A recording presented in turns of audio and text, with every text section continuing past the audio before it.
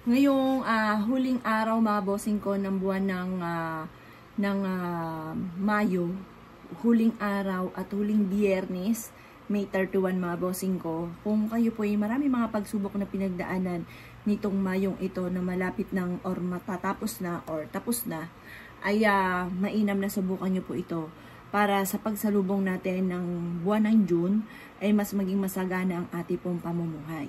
Ngayon po mga bossing, etong pampaswerteng ito, kailangan sasabayan nyo lagi ng sipag, tiyaga, huwag kang makakalimot magdasal, tapos sabayan nyo ng ganito mga pamamaraan. Walang masama na sumubok sa mga ganito, lalo-lalo na kung ikabubuti naman po ninyo ito. Ngayon po mga bossing ko, ang aking ituturo sa inyo ay isa sa mga pamamaraan para sa darating na buwan ng June, mas maging masagana ang inyo pong pamumuhay. Ngayon po, ang gagawin nyo lamang, isusulat nyo po ang inyong tunay na pangalan, yan, at ipilido, pati yung lahat na ng miyembro ng pamilya ha. Yan. Tapos, yan po. Yan. Ngayon, isusulat natin dito kung ano yung gusto nyo na maganap ngayong darating na June. Halimbawa,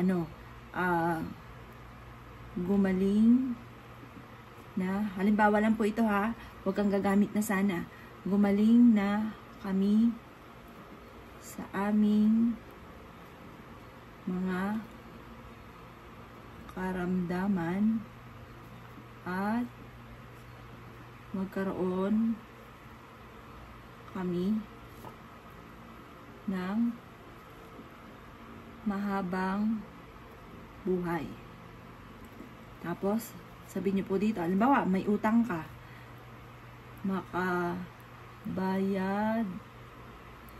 na ako sa lahat ng aking mga utang. Yan. Tapos, bahala na po kayo na mag-wish pa kung ano pang gusto po ninyo. Halimbawa, malapit ka sa ngayong buwan na ito, halimbawa, ngayong buwan na ito ng Mayo, ay malapit ka sa mga taong chismosa, pakalimera, inggitera, sa mga taong may masamang intention sa inyo, hindi sila masaya na kayo naging matagumpay. I-wish rin po dito na layuan na kayo sa buwan ng June ng mga tao na hindi maganda yung intention sa inyo. Or kaya yung mga tao na sobrang inggit sa inyo. Yun po ang mga wish po ninyo ha, mga wishes po ninyo, ganon. Huwag kang gagamit na sana, direct to the point, naniniwala ka sa mga ginagawa po ninyo. Ngayon pa mga bossing, kapag na-wish na dito ang lahat ng gusto po ninyo, ang gagawin nyo lamang mga bossing ko, maglalagay ka ng asin. Kasi ang asin, for cleansing po yan. Naging nyo lang siyang ganyan.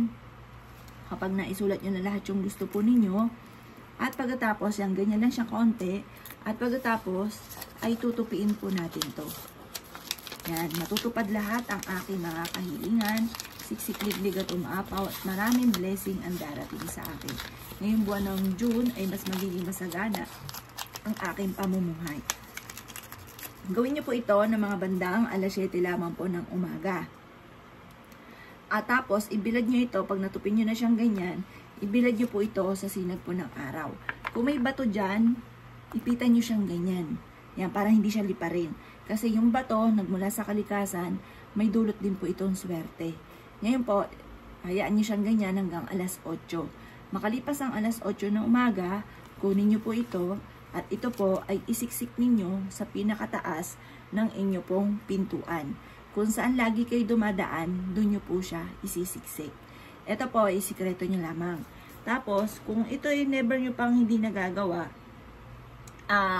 nang kahit kailan hindi nyo pa siya nagagawa, subukan nyo po siya ngayon at pagkatapos mga bossing ko, obserbahan ngayong darating ng June kung ano yung mga magagandang pagbabago na magaganap sa buhay ninyo. Kayo mismo ay magugulat sa dami ng mga magagandang oportunidad, sa dami ng mga blessing na darating po sa inyo. Kapag gumawa ka ng ganito, sikreto lamang ha. Kasi anong nangyayari, hindi ka pa sinuswerte, nakainggitan ka na kagad, na kontra na kaagad kung ano man yung ninanais ninyo. Kaya mas mainam, kung gagawa ka ng ganito, ay ipasikreto nyo na lamang at walang kahit sino man ang makakaalam. Kung kayo po, mga bossing ko, ay masyadong madaldal at hindi nyo ito masisikreto, huwag ka na lang munang gumawa dahil baka hindi matupad kung ano man yung inyong hihilingin at mainis ka po dito. Kapag po ngayon, halimbawa nakalipas na yung buwan ng June, marami na mga natupad dito, sunugin nyo po ito. Or kaya, basta bago matapos ang June, or kaya sa mismong huling Biyernes, or huling Martes, sunugin nyo po ito at gumawa ka muli ng panibago. Ngayon pa mga bossing ko, ang ating mga pampaswerte ay sangkap lamang para tayo maging matagumpay. Ang numero 1 po niyan, sipag at tiyaga, at huwag kang makakalimot magdasal. Proven po ito. Ako po mga bossing ko, isa po ito sa mga paborito kong pampaswerte. Marami na po mga patotoo na higit pa sa aking mga wishes ang mga naganap sa buhay namin. Basta positive ka lamang. Kung ikaw ay negang tao, baguhin nyo ang inyo pong kaisipan. Dapat huwag kang maging nega. Dapat lagi kang positive. Kaya kung kayo po mga bossing ko ay isa sa mga dumadaan sa mga iba't ibang mga pagsubok, etong aking pampaswerteng tinuturo sa inyo, nire-recommenda ko ito sa inyo mga boss. Gawin nyo po ito sa mataas na, isabit nyo po ito sa mataas na lugar. Gawin nyo po ito nakaharap ka sa gawing silangan. Huwag kang gagawa ng pampaswerte sa hapon. Kasi hindi po maganda ang ibig sabihin po nun. Negative po ang ibig sabihin po nun. Ngayon mga bossing, sa mismong katapusan ng buwan ng June, sunugin nyo na po siya at gumawa ka muli ng panibago. Ngayon mga bossing ko, kung ikaw ay nais ninyo, kasi tayo mga, lalo na rin mga Pinoy din, na mahilig mag-share pagdating sa mga usapin ng ganito, or kaya gustong tsumika, mga ganyan, gustong makatulong. Ayan, ngayon pa mga bossing ko, gawin nyo po ito, at pagkatapos, isikreto nyo lamang, pagkatapos, ishare nyo na lang ang ating video sa mga tao rin, lalo na naniniwala sa mga pampaswerte, at pag napanood na nila to, alam na nila na bawal itong ipagsabi.